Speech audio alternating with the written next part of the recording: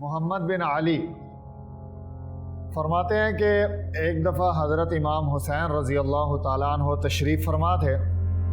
سامنے سے جنازہ گزرا، سارے لوگ تعظیماً کھڑے ہو گئے.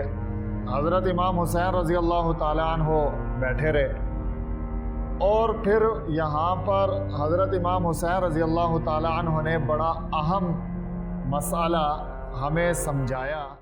امن یجیب المضطر اذا دعا لا الہ الا ہو الصلاۃ والسلام علی النبی ورحمۃ اللہ وبرکاتہ بینوا بلغوا یسروا بشروا السلام علیکم ورحمۃ اللہ وبرکاتہ.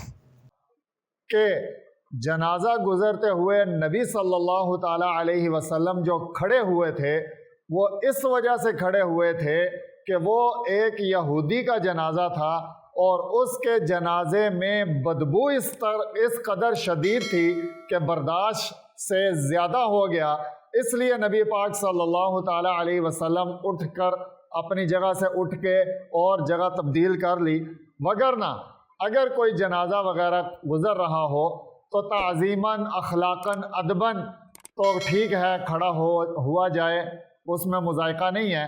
لیکن جنازے کے لیے خصوصی طور پر اس چیز کو عبادت سمجھتے ہوئے، مسنون سمجھتے ہوئے اور مکمل طور پر اہتمام اور ضروری سمجھتے ہوئے کھڑا ہونا، یہ صحیح طریقہ نہیں ہے، یہ اسلامی طریقہ کار نہیں ہے.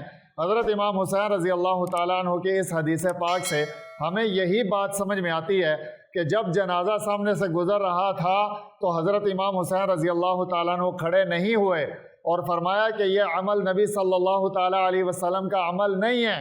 اور جو ایک دفعہ حضور صلی اللہ تعالیٰ علیہ وسلم کھڑے ہوئے تھے وہ اس یہودی کے بدبودار جنازے کی وجہ سے کھڑے ہوئے کہ وہ اس جنازے کی بدبو برداشت کرنا مشکل ہو گیا تھا. اللہ پاک ہمیں صحیح دین سمجھ کر، سیکھ کر اس پر عمل پیرا ہونے کی توفیق عطا فرمائے.